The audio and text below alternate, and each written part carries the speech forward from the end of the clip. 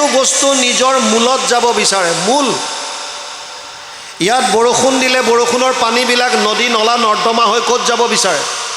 সাগৰলৈ। বন্তি গছি জ্বলাই দিছে, তাত যিমান বস্তু আছে পৃথিৱীৰ মধ্যাকৰ্ষণত তলফালে আহে। বন্তি গছি ওপৰলৈ যাব বিচাৰিছে, ক'লে? আকাশলৈ, সূৰ্যৰ ফাললৈ। গম পাইছেনে? প্ৰত্যেকে নিজৰ মূলত যাব বিচাৰে। আমাৰ আত্মাৰ মূল হৈছে পৰমাত্মা, য'ৰ পৰা আমি আহিছোঁ ওলাই স্ফুলিংগৰ দৰে। গতিকে আত্মাটোৱে সদায় পৰম আনন্দৰ ওচৰলৈ যাব বিচাৰিছে, সেইকাৰণে আমি সকলোৱে আনন্দ বিচাৰোঁ।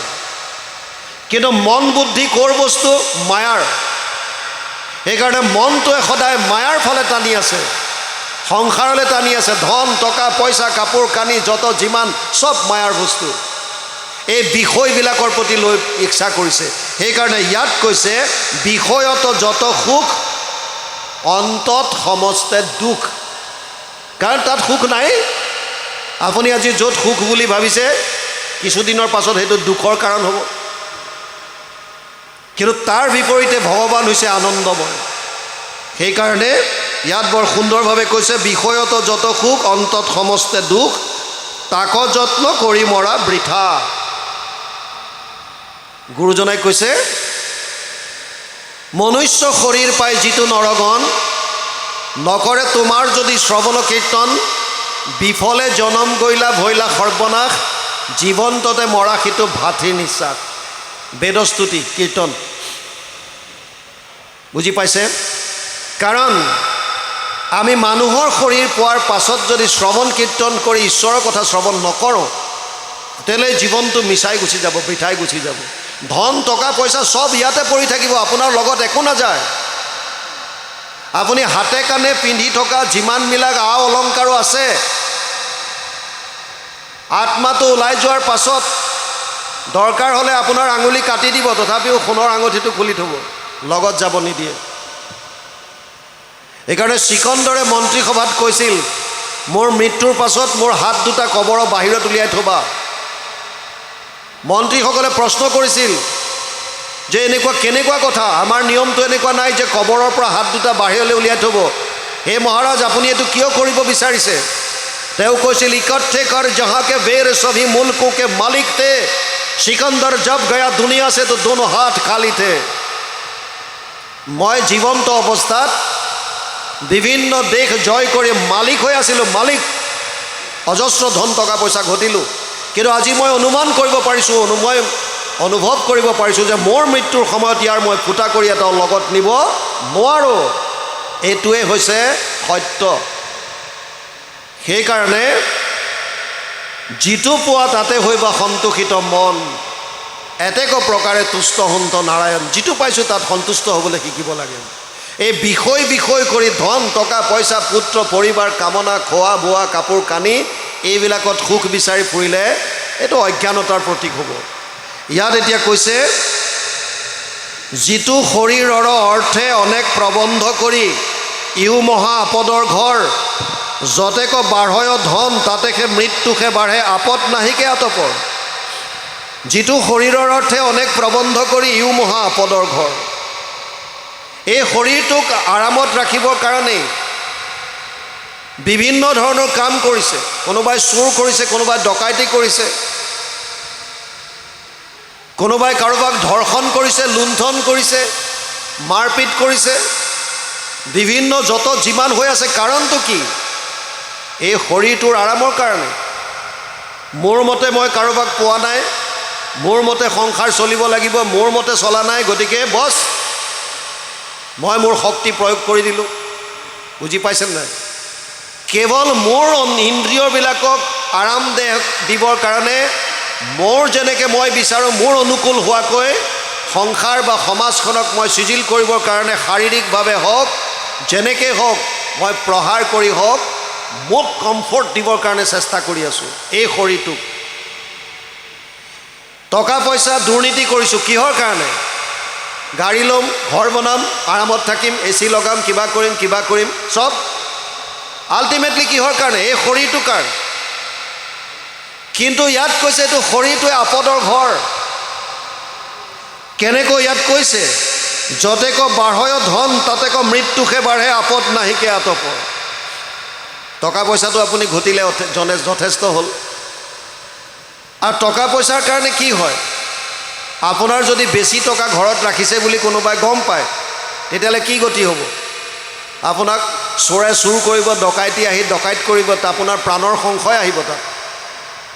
আপুনি ঘটিলে অজস্ৰ ধন টকা পইচা কৰিলে, কিন্তু বেলেগে সেই টকা লুট কৰিবৰ কাৰণে, এতিয়া আমি শুনি থাকোঁ বহুতে বেংগলোৰ, পুনাত, সাউথ ইণ্ডিয়াত, ইফালে দক্ষিণ ভাৰতৰ ফালে আমাৰ অসমৰ বহুত যুৱকে চাকৰি কৰে।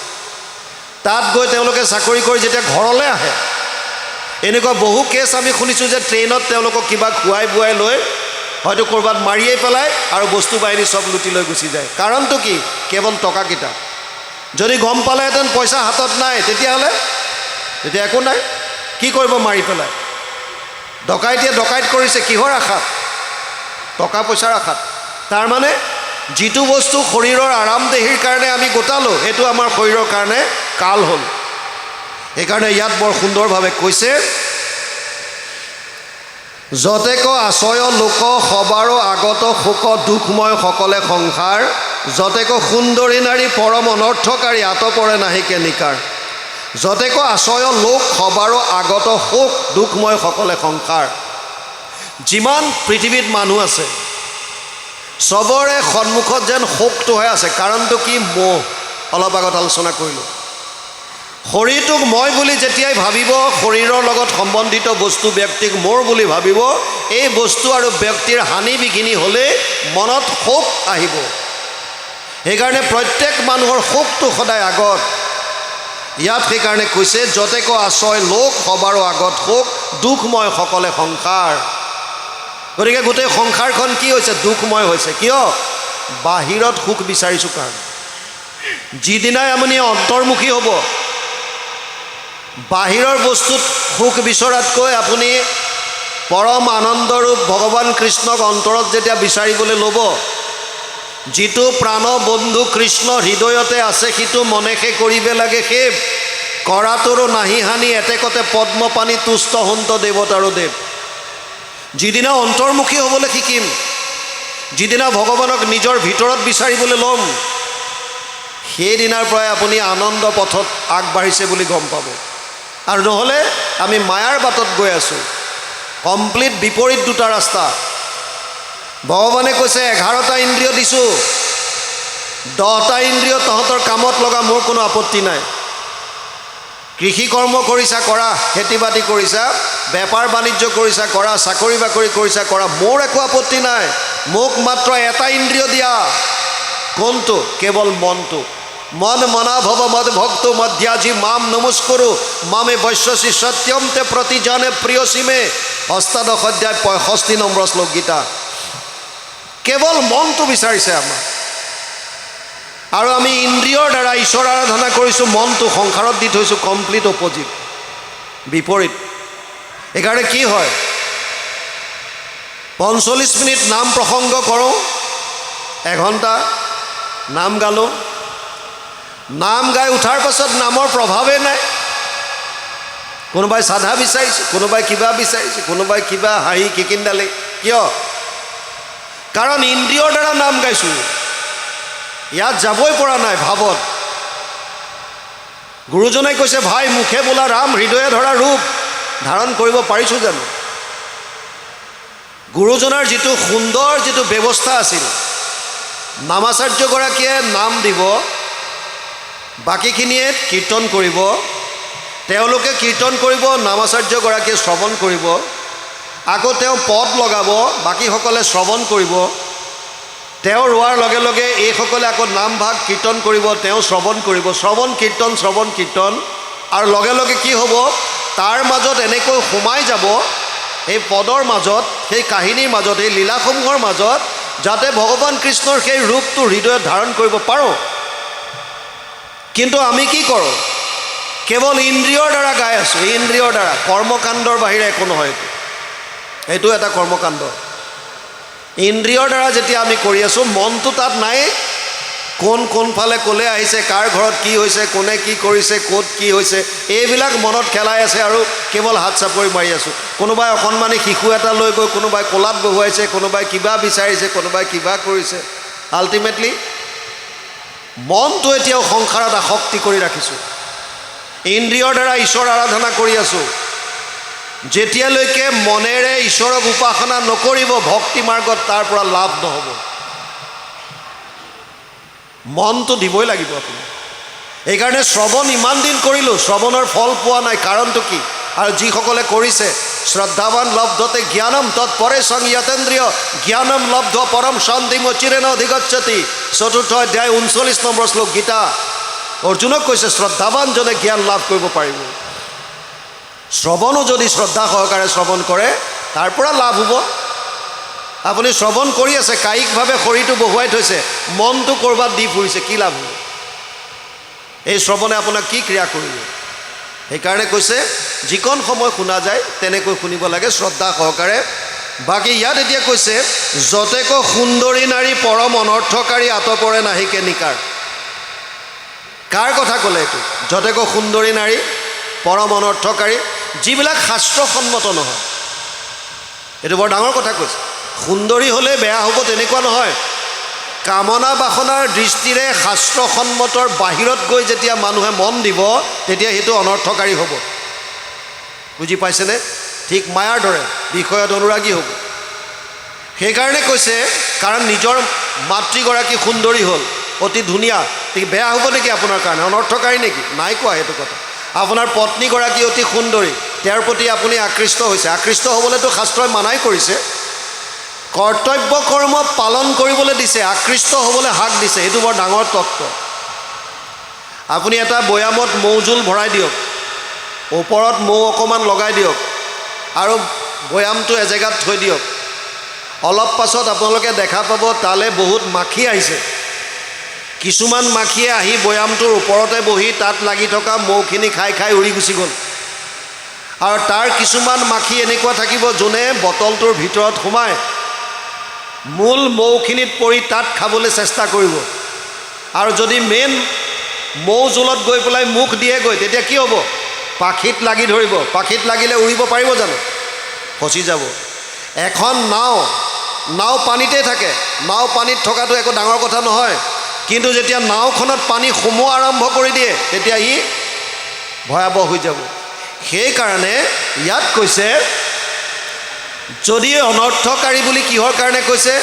শাস্ত্ৰৰ সন্মত বাহিৰত গৈ কামনা বাসনাত যদি আসক্তি হৈছে, আৰু যদি নিজৰ কৰ্তব্যৰ ওপৰত গৈ পেলাই আসক্তি হৈ মোৰে পত্নী, মোৰে অমুক, মোৰে ছোৱালী, মোৰে অমুক, বাকী চব দুনিয়া ভাৰ মে যায়, মই খালি মোক এইকেইটা হ'লে হ'ল, এই আসক্তি যদি হয় তেতিয়া তেওঁলোকৰ হানি বিঘিনিত আপুনি বেছিকৈ কষ্ট পাব। বুজি পাইছে? সেইকাৰণে ইয়াত বৰ সুন্দৰ কথা এটা এইটো ক'লে। তাৰ পাছত কৈছে আনো যত মনোৰথ পৰম দুৰ্ঘোৰ পথ তথাপিতো তাতে মাত্ৰ ৰতি, যিটো আত্মা প্ৰিয়তম সুখৰ সাগৰদেৱ কদাচিতো টান্ত নাহি মতি। আনো যত মনোৰথ পৰম দুৰ্ঘোৰ পথ তথাপিতো তাতে মাত্ৰ ৰতি। মনোবাঞ্ছা সিদ্ধি কৰিবৰ কাৰণে আন যিমানবিলাক পথ আছে যদিও অতি দুৰ্গম বা ভয়ানক। কি পথ আছে? ভগৱানক পাবৰ কাৰণে, ভগৱান মানে আনন্দ প্ৰাপ্তিৰ কাৰণে 3টা মাৰ্গ আছে।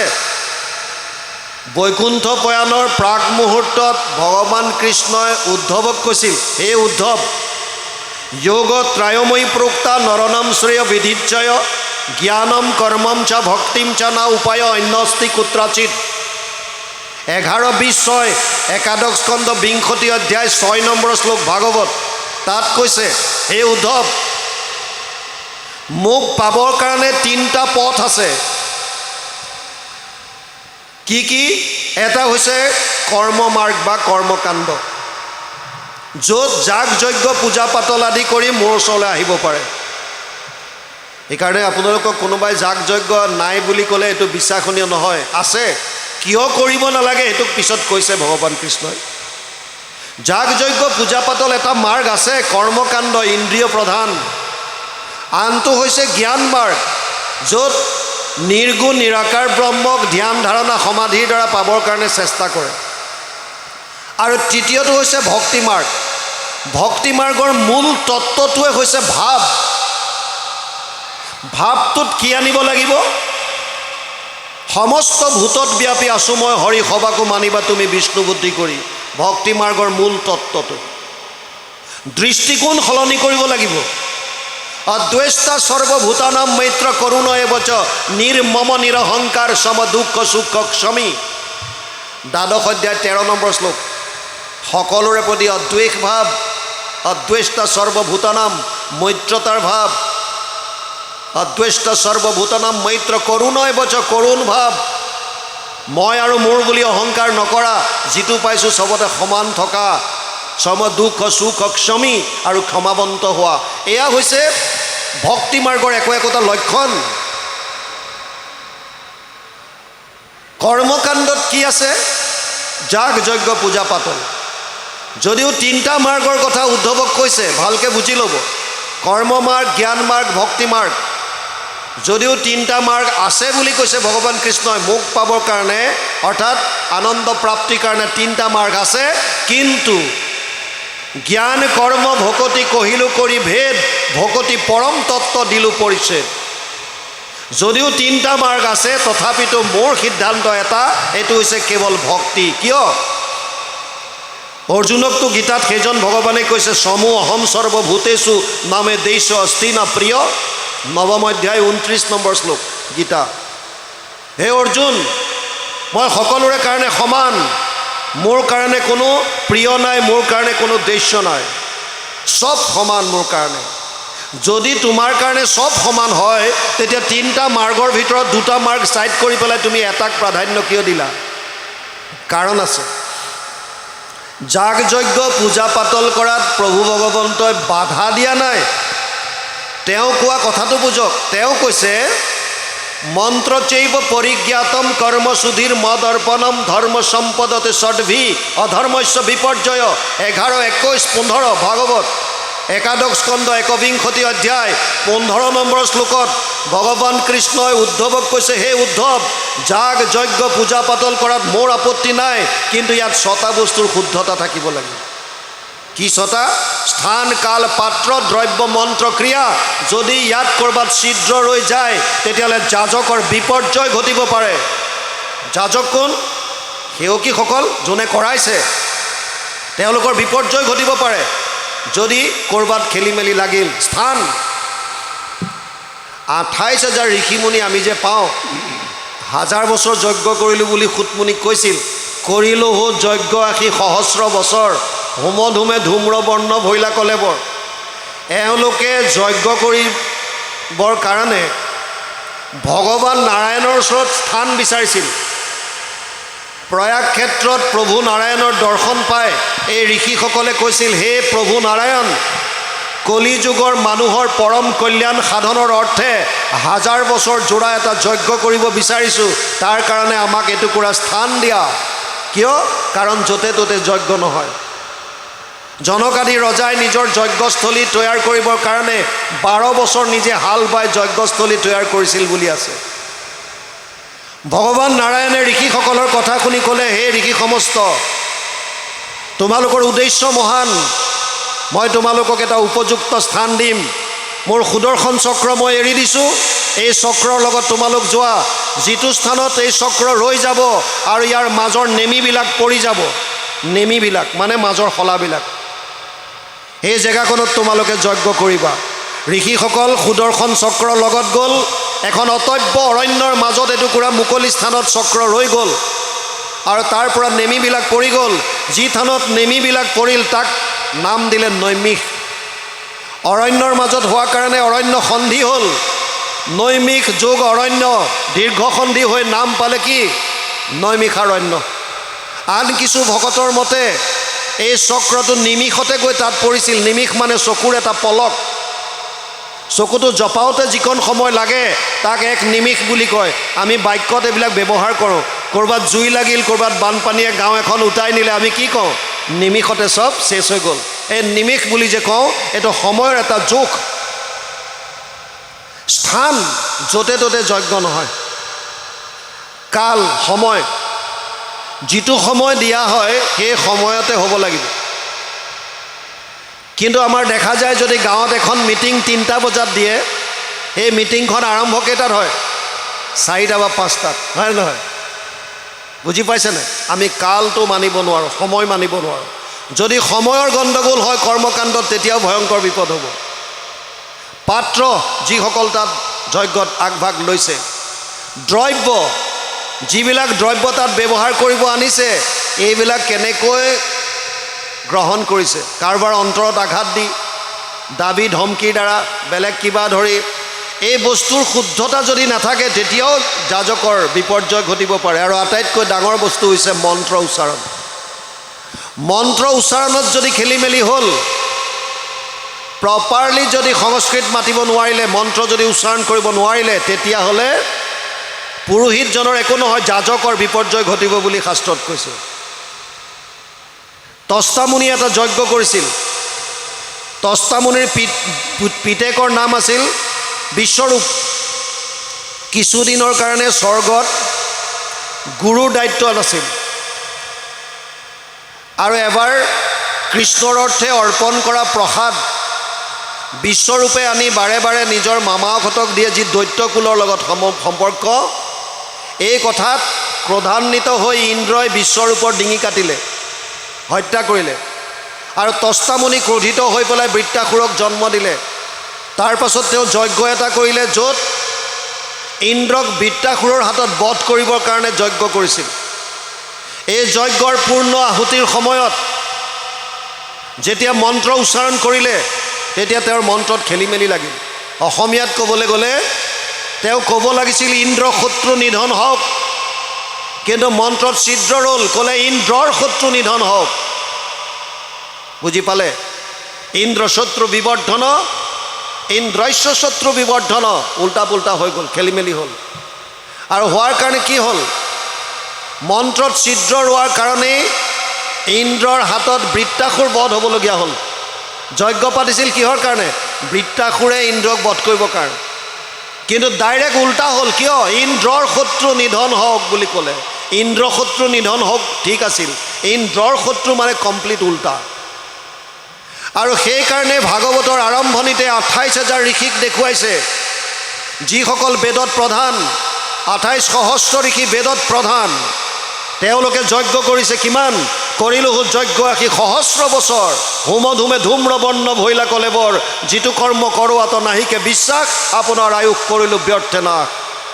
স্বীকাৰ কৰিছে। এয়া এলা পেচা নহয়। 28 সহস্ৰ ঋষি চব বেদজ্ঞ। তেওঁলোকে স্বীকাৰ কৰি থৈ গৈছে কৰ্মকাণ্ড ইমান সুবিধাজনক নহয়। জ্ঞান মাৰ্গত আহক। নিৰ্গুণ নিৰাকাৰ ব্ৰহ্মক উপাসনা কৰা। যিজন ঈশ্বৰৰ গুণৰ বিষয়ে নাজানে, আকাৰৰ কথা নাজানে, আপুনি কেনেকৈ উপাসনা কৰিব? শংকৰাচাৰ্যই কৈছিল জ্ঞান মাৰ্গত যাবৰ কাৰণে একেবাৰে কম 4টা বস্তুৰ কথা কৈছে। সম দম তিতিক্ষা উপৰতি। মনৰ ওপৰত সংযম 1 নম্বৰ অতি প্ৰয়োজনীয় বস্তু। জ্ঞান মাৰ্গত যাবৰ কাৰণে প্ৰথম আটাইতকৈ প্ৰয়োজনীয় বস্তুটো হৈছে মনৰ ওপৰত সংযম, সম। দ্বিতীয় হৈছে দম মানে ইন্দ্ৰিয়ৰ দমন। তৃতীয় তিতিক্ষা মানে সহনশীলতা গুণ। ৰ'দ বৰষুণ, গৰম ঠাণ্ডা, আপুনি ভোগ ক্ষুধা তৃষ্ণা সববিলাক সহ্য কৰিব পাৰিব লাগিব, সহনশীলতা গুণ। ওপৰতি বিষয়ৰ ওপৰত উঠিব পৰা। এইকেইটা কোৱালিটি থাকিলে জ্ঞান মাৰ্গত এডমিশ্যন ল'ব পাৰে। তাকো সফল যে হ'ব তাৰ কোনো গেৰেণ্টি নাই। মই SSBত জইন কৰিছিলোঁ 92ত।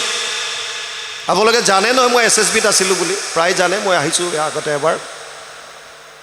SSBত আছিলোঁ মই এছিষ্টেণ্ট কমাণ্ডেণ্ট হিচাপে। 2022ত ভলণ্টিয়াৰ ৰিটায়াৰমেণ্ট লৈছোঁ, ভকতৰ লগত থাকিম বুলিয়ে। আৰু তেতিয়াৰ পৰা এনেকৈ ঘূৰি আছোঁ 22ৰ পৰাই। আগৰ পৰা আহিছিলোঁ, আগৰ পৰা কৰি আছিলোঁ, কিন্তু তেতিয়া মাত্ৰ দেওবাৰটোত পাৰোঁ, তাকো ওচৰতে, অফিচৰ ওচৰত। কাৰণ আমাৰ 24/7 ডিউটি হয়, কেম্পাছ এৰি যাব নোৱাৰি। এনেকুৱা জেগাত যাব পাৰোঁ য'ত মাতিলে পটকৈ আহিব পাৰি। সেইকাৰণে তেতিয়া তেনেকৈ আছিলোঁ। তাৰপিছত ভাবিলোঁ এইটো যিকোনো এটা ত্যাগ কৰিব লাগিব, হয়তো চাকৰি ধৰা নহ'লে এইটো এৰা, কিবা এটা কৰা। অন্তৰৰ পৰা ভাৱ আহিল যে চাকৰি বাদ দিয়া, 30 বছৰ কৰিলা যথেষ্ট।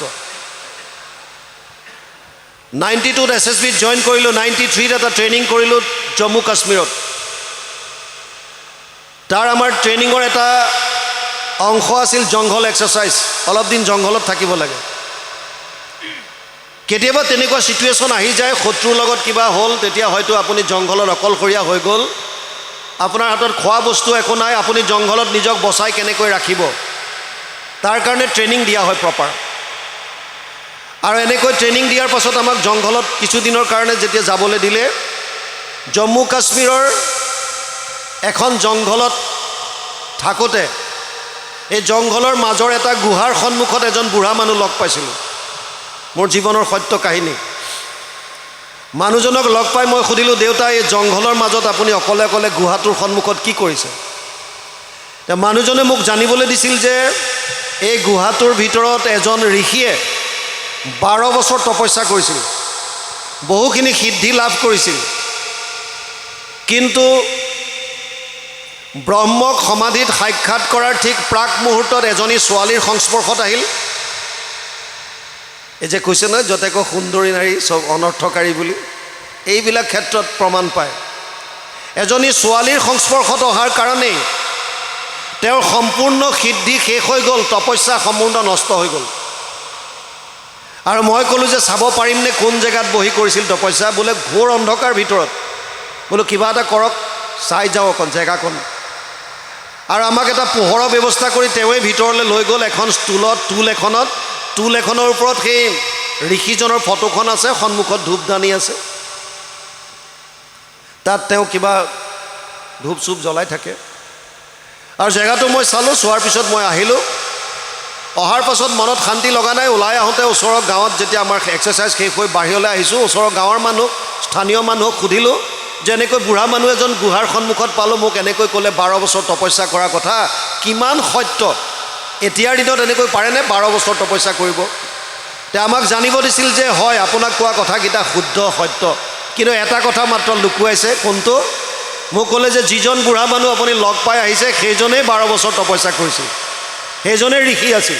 তেওঁৰ যেতিয়া তপস্যা ভংগ হ'ল, এতিয়া অনুতপ্ত হৈ দাড়ি চুলি কাটি দিলে আৰু তাত ৰৈ আছে। এই আমি নিজৰ জীৱনত দেখা কথা।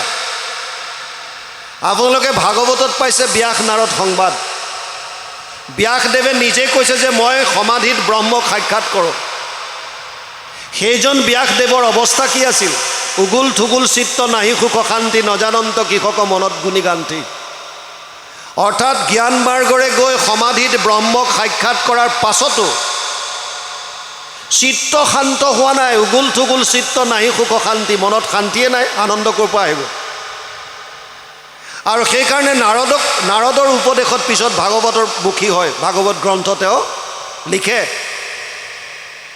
নাৰদে যেতিয়া ক'লে, নাৰদ বদতি শুনা মহামুনি ব্যাস, তুমি সেই কৰিলা জগতকে সৰ্বনাশ, নিৰন্তৰে প্ৰাণীৰ লোৱাইলা তুমি প্ৰাণ, নাহি মন্দ কৰ্ম আৰু ইহাৰ সমান। আৰু নাৰদৰ উপদেশত যেতিয়া নাৰদে ক'লে মোৰ উপদেশে কৰা ভাগৱত শাস্ত্ৰ দূৰ হওক, প্ৰচাৰ গোবিন্দৰ গুণনাম মাত্ৰ, কেৱল ভগৱান কৃষ্ণৰ গুণনাম প্ৰচাৰ হওক, বছ। তেতিয়া ব্যাসদেৱৰ পিছত শান্ত সুস্থ হয়। কথাৰ তাৎপৰ্য হৈছে জ্ঞান মাৰ্গত ব্যাসৰ দৰে মহামনীষী যিসকলে সমাধিত ব্ৰহ্মক সাক্ষাৎ কৰিছিল, নিৰ্গুণ নিৰাকাৰ ব্ৰহ্মক, তথাপিতো শান্তি পোৱা নাছিল। আৰু ইয়াত বহুত কষ্ট আছে। ক্লেশো অধিকতৰস্তেষাম অব্যক্ত অশক্ত চেতসা অব্যক্ত হি গতিৰ দুখম দেহবদ্ভিৰ অবাপ্যতে, 12 অধ্যায় 5 নম্বৰ শ্লোক গীতা। বহুত কষ্ট শাৰীৰিকভাৱে। গতিকে তাত এবাৰ মোৰ পোষ্টিং আছিল বিহাৰত, ছত্তীশগড় গৈছিলোঁ এটা ৰিক্ৰুটমেণ্টত ল'ৰা ভৰ্তি কৰিবৰ কাৰণে। আমাৰ কমাণ্ডেণ্ট চাহাবে কৈছিল যে শইকীয়া তুমি কনভয় লৈ পেলাই গাড়ীত আহা। আৰু মই মোৰ লগত প্ৰায় বহুকেইজন ল'ৰা লৈ পেলাই আমি গাড়ী লৈ পেলাই কনভয় এটা কৰি গৈছিলোঁ তালৈ। বাটত এটা ৰাতি থাকিবলগীয়া হ'ল অমৰকণ্টক বুলি জেগা এটাত। মাৰ্কেণ্ডেয় আশ্ৰমত এক ৰাতি আছিলোঁ। দ্বাদশৰ এফালে লাষ্টত পাব মাৰ্কেণ্ডৰ কথা, য'ত মাৰ্কেণ্ড মুনি আশ্ৰম মায়া দৰ্শন হৈছিল, তাত এক ৰাতি আছিলোঁ। নেক্সট দিনা যেতিয়া আমি তাৰ পৰা যাত্ৰা আৰম্ভ কৰিছোঁ, পুনৰ সেইদিনা যাওঁতেই তাৰ পৰা নৰ্মদা নদীৰ উৎপন্ন হৈছে আবিৰ্ভাৱ। নৰ্মদা, তাৰ এটা ঝৰ্ণা এটাৰ কাষত এজন মানুহে, ঋষি এজনে হাত এটা ওপৰলৈ কৰি ধ্যানমগ্ন হৈ আছে। মই গাড়ী ৰখাব দিলোঁ ড্ৰাইভাৰজনক, আৰু এজন আহি থকা মানুহক সুধিছিলোঁ যে সেইজন যে এনেকৈ হাতটো ওপৰলৈ উঠাই ধ্যানমগ্ন হৈ আছে, কিয় হাত উঠাই আছে? তেওঁ আমাক জানিব দিছিল 6 বছৰৰ পৰা তেওঁ হাতটো তুলি ধ্যানমগ্ন আছে। 6 বছৰৰ পৰা এই হাত তললৈ ননমায়। তাৰমানে শাৰীৰিকভাৱে নিজক যিমান পাৰে কষ্ট দিয়ে। তেওঁলোকে ভাবিলে এনেকৈ কৰিলে ঈশ্বৰক পাম, এনেকৈ কৰিলে ঈশ্বৰক পাম। আৰু শাস্ত্ৰতটো আপোনালোকৰ ভৰি আছে গোটেইকৈ। কোনোবাই অঙ্গুষ্ঠৰ ওপৰত ভৰ দি পেলাই কিমান থাকে, কোনোবাই গাৰ অংশ কাটি কাটি দি তপস্যা কৰিছে, বিভিন্ন ধৰণৰ। গতিকে তাত বহুত কষ্ট আছে জ্ঞান মাৰ্গত। ক্লেশ অধিকতৰস্তেষাম অব্যক্ত অশক্ত চেতসা।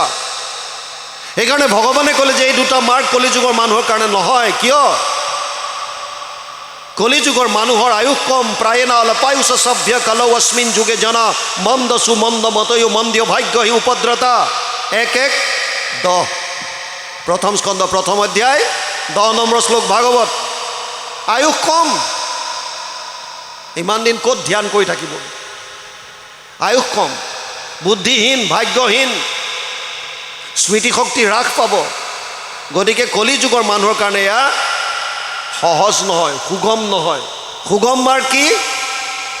আপুনি গৃহতে থাকি ঈশ্বৰৰ নাম লওক, বছ। যিমান নীতি নিয়ম আছে চব যদি বাদো দিয়ে, বৰ তাত্ত্বিক কথা এটা শুনক, কেৱল শ্বাস প্ৰশ্বাসত যদি আপুনি কৃষ্ণৰ নাম লোৱা আৰম্ভ কৰি দিয়ে, কৃষ্ণ কৃষ্ণ হৰি ৰাম গোপাল গোবিন্দ জনাৰ্দন, যিমান পাৰে কেৱল শ্বাস প্ৰশ্বাসত কেৱল নাম, কেৱল নাম, সব যদি বাদো দি দিয়ে, আপুনি কেৱল নামটো যদি লৈ থাকে, আপুনি পিছলৈ এনেকুৱা এটা অভ্যাস আহিব যে আপুনি কোনো নোকোৱাকৈ বা উচ্চাৰণ নকৰাকৈ ভিতৰত মনে মনে নামৰ মালা গাঁঠি আছে। আৰু সেইটো ষ্টেজ যেতিয়া আহিব, তেতিয়া আপুনি চিন্তা কৰিব নালাগে। আৰু আপুনি মনুষ্য জনম সফল কৰিলে, শেষ মুহূৰ্তত সেইজন ঈশ্বৰৰ নামে মনলৈ আহিব। আৰু যিজনৰ শৰীৰ ত্যাগ কৰাৰ সময়ত ভগৱানৰ কথা স্মৰণ হ'ল, অন্তকালেশ মামেবম স্মৰণ মুক্ত কলেবৰম ইয় প্ৰয়াতিশ মদভাৱম ইয়াতে নাস্তিত্ব সংশয়। 8ম অধ্যায় 5 নম্বৰ শ্লোক গীতা। শেষ মুহূৰ্তত যিজনৰ মনলৈ কৃষ্ণৰ কথা আহিল, কৃষ্ণক স্মৰণ কৰি শৰীৰ ত্যাগ কৰিলে, ভগৱানে কৈছে এইজনে মোক পাব, ইয়াত কোনো সংশয় নাই। কিন্তু সেইটো অৱস্থা পাবৰ কাৰণে এতিয়াৰ পৰা অভ্যাস কৰিব লাগিব, অভ্যাস, নহ'লে আপোনাৰ মনলৈ নাহে। যিটো আপুনি এতিয়াৰ পৰা অভ্যাস কৰিছে শেষ মুহূৰ্তত সেইটোৱে আহিব। ইয়াত এতিয়া কৈছে আনুযত মনোৰথ পৰম দুৰ্ঘুৰ পথ। বাকীবিলাক দুৰ্ঘুৰ পথ বুলি কৈছে। কোনবিলাক? যেনে কৰ্মকাণ্ড, যাগ যজ্ঞ, পূজা পাতল, নীতি নিয়ম খেলি মেলি হ'লে বিপদ। জ্ঞান মাৰ্গ, তাতো আপোনাৰ বিপদ। সুগম মাৰ্গ কি আছে? কেৱল ভক্তি, ভগতৰ লগত নাম গাওক, বছ হৈ গ'ল। ভাগৱতৰ বা প্ৰভু ভগৱন্তৰ বিষ্ণু বৈষ্ণৱৰ কথাবিলাক শ্ৰৱণ কীৰ্তন কৰক, বছ। যিমান পাৰে শুনক, যিমান পাৰে শ্ৰৱণ কীৰ্তন আৰু স্মৰণ, বছ হৈ গ'ল। সেইকাৰণে কৈছে আনুযত মনোৰথ পৰম দুৰ্ঘুৰ পথ তথাপিতো তাতে মাত্ৰ ৰতি।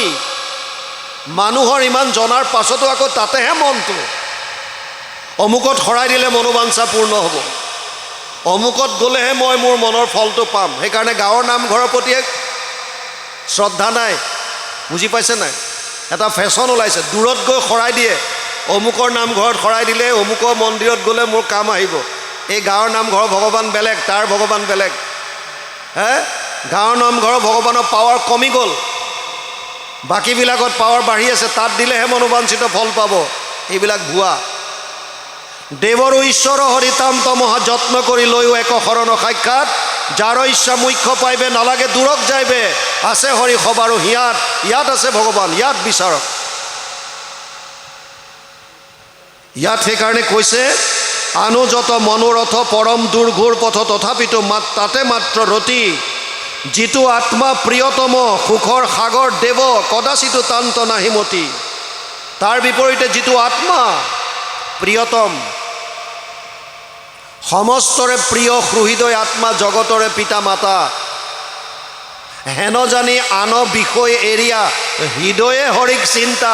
প্ৰহ্লাদে দৈত্য শিশুসকলক উপদেশ দিছে, সমস্তৰে প্ৰিয় কিয় কাৰণ সকলোৱে আনন্দ বিচাৰে আনন্দ মানে কৃষ্ণ সেইকাৰণে সকলোৰে প্ৰিয় মুছলমান হওক খ্ৰীষ্টিয়ান হওক শিখ হওক জৈনিজিম হওক যোনে নহওক কিয় আস্তিক হওক নাস্তিক হওক সকলোকে আনন্দ লাগে আনন্দ মানে কৃষ্ণ সেইকাৰণে প্ৰহ্লাদে কৈছে দৈত্য শিশুসকলক সমস্তৰে প্ৰিয় তাৰ পাছত কি কৈছে হৃদয় আত্মা ভগৱান আত্মাৰূপে আমাৰ লগত আছে অহম আত্মা গুদাকেশ সৰ্বভূতাশ্ৰয় স্থিত দশম অধ্যায় 20 নম্বৰ শ্লোক গীতা আত্মাৰূপে মই আছোঁ সকলোৰে হৃদয়ত ইয়াত সেইকাৰণে কৈছে যিটো আত্মা প্ৰিয়তম সুখৰ সাগৰ দেৱ যিজন আনন্দ স্বৰূপ সুখৰ সাগৰ তেওঁৰ প্ৰতি কদাচিতো তান্ত নাহি মতি তেওঁৰ প্ৰতি মতি নাই তেওঁৰ প্ৰতি মন নাই কিয় মনটোৱে সদায় আপোনাক সংসাৰলৈ টানি আছে কাৰণ মনৰ মূল হৈছে মায়া